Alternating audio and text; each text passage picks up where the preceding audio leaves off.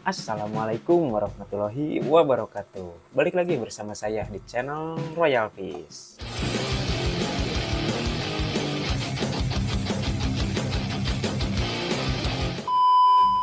Oke teman-teman, jadi di video kali ini tuh saya pengen sedikit membahas ya, atau bukan membahas sih, lebih ke pengen berdiskusi lah sama teman-teman semua. Jadi selama ini kan banyak bisa dibilang perdebatan lah ya, kayak di grup-grup Facebook gitu ya, forum-forum Facebook, antara treatment atau genetik nih teman-teman. Jadi ya kita diskusi lah sama balelol. Kita diskusi lah di kolom komentar ya, boleh. Jadi buat kalian yang mungkin punya pendapat tersendiri gitu ya tentang treatment atau genetik, boleh tulis di kolom komentar teman-teman ya. Tapi sebelum ke pembahasannya, mungkin alangkah baiknya kalian tekan dulu tombol subscribe-nya teman-teman, biar saya makin semangat lagi dalam membagikan pengalaman saya selama merawat ikan-ikan yang ada di sini ya. Oke, langsung aja kita ke pembahasannya. Oke teman-teman, seperti yang saya bilang tadi di awal video ya teman-teman. Jadi kalau ini tuh menurut pendapat saya pribadi gitu ya teman-teman ya, disclaimer dulu.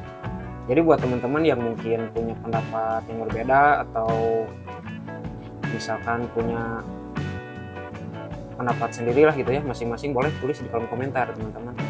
Nah jadi kalau untuk buat saya pribadi ya, antara genetik atau treatment itu bisa dibilang kita maksimalkan di treatment lah ibaratnya teman-teman. Kenapa? Karena untuk genetik sendiri itu ibaratnya kita harus paling mudahnya gitu ya, paling simpelnya kita itu harus ngelihat dari indukannya dulu nih teman-teman. Jadi kita lihat dulu nih indukannya bagus nggak, entah dari warnanya, terus anatominya dan segala macamnya gitu ya, kayak marking atau lain-lain lah. Nah sedangkan kayak untuk maru sendiri ya, kita ambil contoh di maru dulu nih. Jadi untuk maru sendiri itu kan kebanyakan atau hampir semua yang beredar di pasaran itu masih maru yang tangkapan alam teman-teman ya. Jadi untuk mengetahui indukannya itu kan bisa dibilang sangat susah lah ibaratnya ya. Nah jadi kita sebagai keeper itu hanya perlu memaksimalkan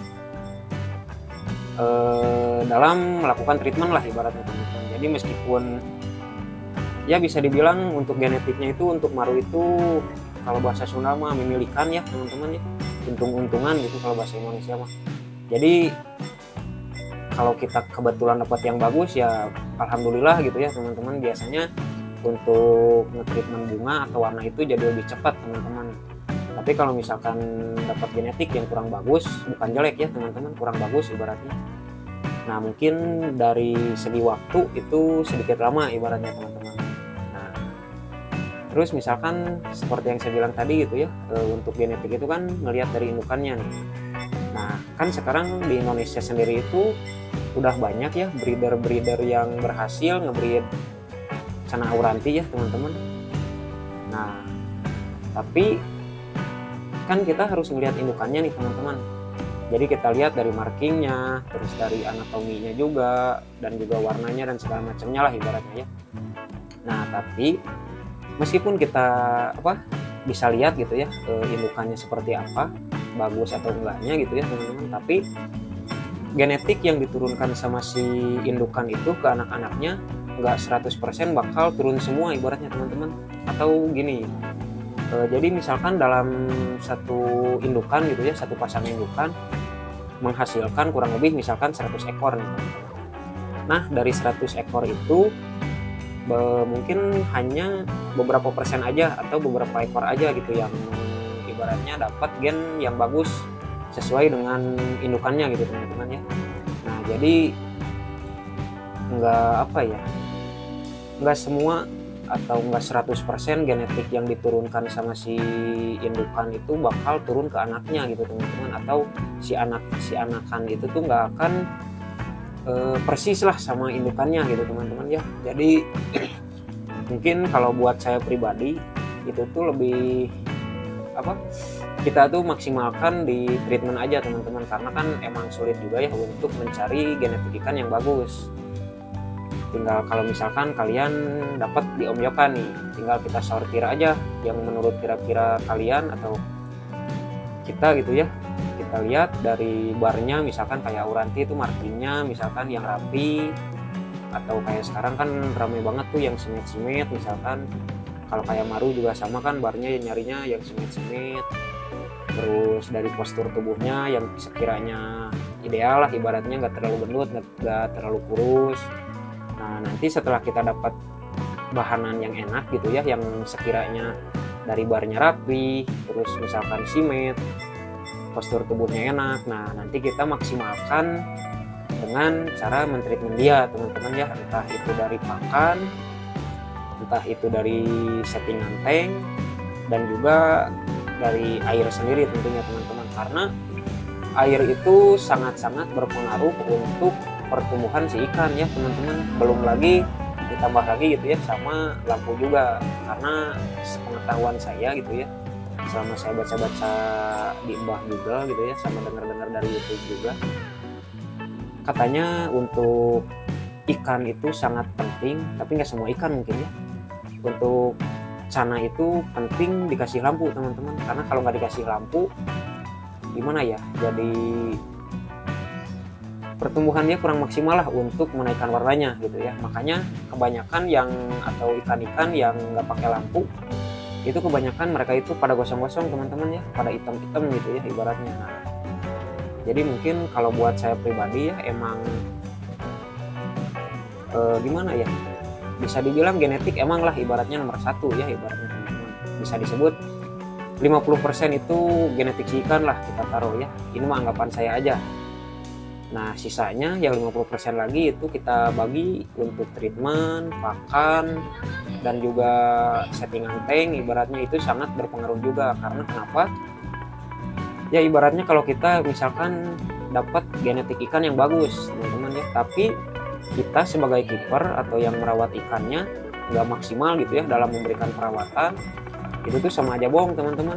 Kayak misalkan kita dapat Maru enak nih misalkan ya, barnya rapi, tegas gitu ya, terus postur tubuhnya enak misalkan ideal gitu ya, dan segalanya enak lah, warna juga kelihatannya udah enak gitu ya dari kecil tuh.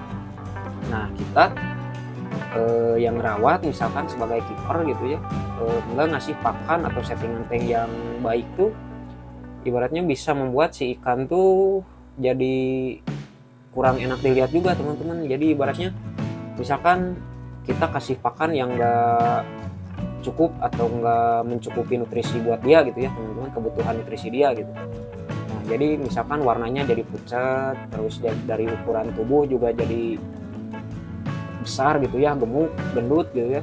Nah itu kan jadi ibaratnya kita sebagai keeper juga kurang enak untuk melihatnya teman-teman. Jadi ya mungkin bisa dibilang seperti yang saya bilang tadi, genetik ibaratnya nomor satu teman-teman, tapi tetap kita sebagai keeper, sebagai yang rawat dia gitu ya, harus melakukan atau memberikan perawatan yang maksimal teman-teman ya, entah dari pemberian pakan yang ibaratnya nutrisinya jelas gitu ya, terus juga settingan tank entah dari pasir, terus misalkan kayak saya pakai filtrasi kayak gini, dan juga misalkan pakai air ketapang dan segala macam, banyak lah ya untuk cara-caranya gitu teman-teman.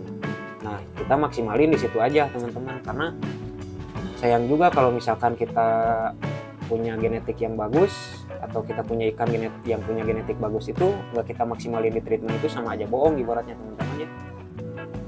Nah jadi seperti itu ya teman-teman. Jadi buat saya pribadi atau pendapat saya sendiri gitu ya, pendapat saya pribadi itu tuh antara treatment atau progress buat saya tuh bisa dibilang gimana ya, genetik itu emang penting ya teman-teman tentunya, tapi di balik genetik itu tetap kita sebagai keeper harus memberikan perawatan yang maksimal lah untuk ikan-ikan yang kita rawat gitu ya teman-teman. Jadi bisa dibilang buat saya treatment aja lah semaksimal mungkin gitu ya, entah itu genetiknya jelek atau bukan jelek lah ya, genetiknya kurang bagus ataupun kebetulan dapat yang bagus, karena kan untuk menemukan genetik seperti yang saya bilang tadi gitu ya teman-teman, untuk menemukan genetik itu cukup sulit ya teman-teman, karena kan yang paling simpelnya aja itu untuk tahu genetik si ikan bagus atau jeleknya itu dari indukan ya tentunya teman-teman. Nah, sedangkan misalkan taruh di Auranti lah, yang